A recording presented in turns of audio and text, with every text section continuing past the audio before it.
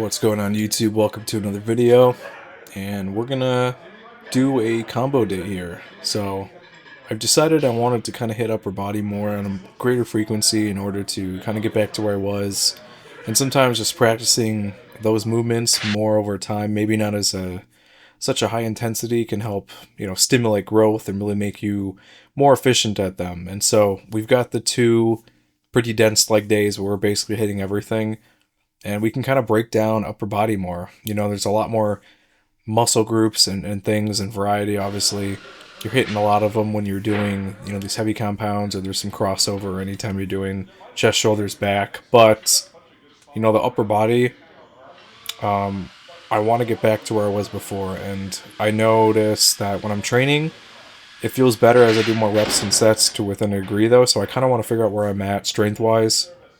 And you're going to see here, this is only 88 pounds, but I was really feeling it in my shoulder, and I was trying to get back to, kind of my shoulder positioning when I was working up to stuff. So I kept going up in weight when it felt comfortable, but you'll notice it doesn't feel as comfortable as it was if you look at previous videos. So just trying to figure out what my baseline is so I can figure out where I'm at, and I can hit those weights and get that same stimulus. So here you'll see another set of the 110.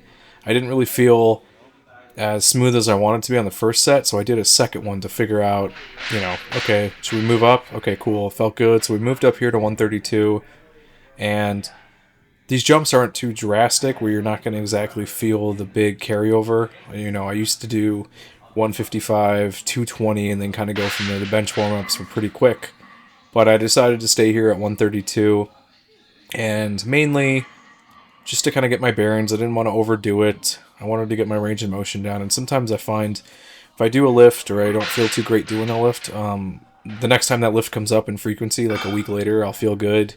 My body will have adapted, and I'm hoping that that trend continues. So you're going to find out in future videos exactly what happens and how that feels, but I'm just glad to be able to bench again. I'm glad to be able to do the things that I enjoy doing. You're going to see the bandage on there. I'm basically just wearing that because that little area is still leaking fluid, which I'm told is still, it's recovering, and there's nothing really to worry about as long as I keep it clean. So really just going to be able to, work on that and be able to hopefully set this new base and then get back to where I was. So OHP 2, the more I do these movements, the better they're feeling, but it feels almost alien. It feels like I've never done these lifts before. They move pretty well, though. I'm not gonna lie. I've got my range of motion and form back down, but it doesn't feel buttery smooth like it used to. There's a noticeable difference between the left side and the right side. So to me, if I'm feeling any sort of pain or discomfort, I don't like to push the weight.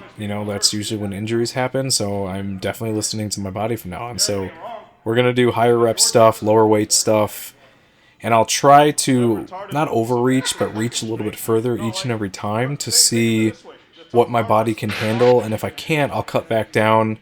I'll reduce weight. I'll be able to adjust my training. When you're the one responsible for your own programming, you can go directly off of how you feel and what you're seeing in the video. I feel like that's more useful than having like a third-party coach in this recovery stage. But I have told myself that if anything feels uncomfortable or I'm not making the progress I want, I will go to PT and figure out, what their protocol is. But I'm not really impinged in any other aspect of life. That supination still is a problem.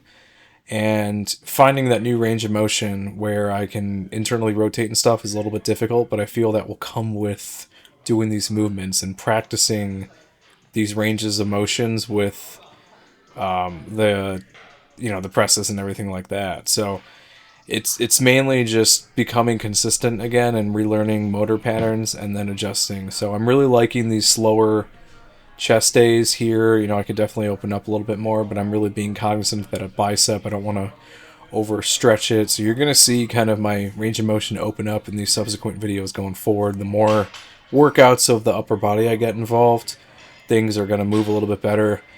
A lot of times when I'm doing these lateral movements, I'm doing the injured side first. So I did a set previous to this. I'll do an injured side first to realize, okay, can I do this weight? Is it going to be comfortable? If it's not comfortable, then I don't hit that weight. I will go, my limit will be whatever the injured side can do, which is the left side. So my right side's going to be kind of handicapped in that point, but I want to keep everything nice and balanced. So we're moving through pretty quickly here. We're doing chest, shoulders, and then back. And I wanted to make this back day a little bit more diverse from the one I have earlier in the week. So that's why we're doing the unilateral stuff. And again, starting off with the injured side to kind of figure out what's comfortable and then staying there. So you can see very little weight on there, but a starting point is better than not being able to start. So that's, my end goal here is figure out where I can start from and then slowly make an incremental process instead of just, throwing random weight around and trying to figure out exactly what I want to do. But that's the goal here. Trying to, I guess, be more technical. And sometimes if you want to make these, contractions a little bit more intense, you can slow down the movement and control your tempo and really take your time, exaggerate the movement. But sometimes you just want to do what's naturally, set in you. And I do some of my exercises a little too fast, and I don't realize it in the moment while doing it because that's just how I do them. But when I slow them down on video, I'm like, okay, I'm really seeing the contraction here, and this is going to work out pretty well. But sometimes you can have full-on conversations when you're doing a light enough weight. So not against all that stuff, but I'm just figuring out where this ship needs to sail to and then figuring out the way to get there. It's not going to be a linear path.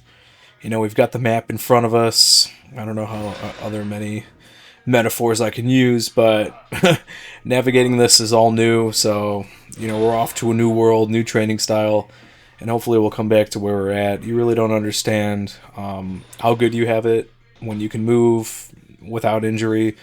And I'm really coming to terms with that now, though. When I used to push everything and not think twice about it, and then the moment that it does happen, you get injured, now you got to think 3 times about it. So slowly coming to it, and I'm glad I can share it with you guys here.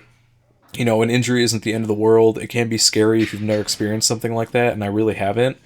So it's an opportunity to learn new things, rebuild your body, maybe recomp, figure out exactly what you want to do. And that's kind of the goal right now, though. I'm not eating very much. My appetite has been almost super suppressed just from not lifting heavy. I'm not generating that stimulus in the gym of wanting to eat extra, so that's probably a good thing because I do carry around a good amount of body fat, and I am working towards getting leaner and stuff like that. So hopefully we'll start seeing some changes soon. And as I go slow, we're still doing movements and getting the repetitions in, but are we building a lot of muscle? Probably not, from the eating and then the lack of stimulus. But the point is we're still moving, we're still doing something, and there is some sort of progressive resistance happening. So thanks for watching. Like, comment, subscribe. I'll see you in the next one.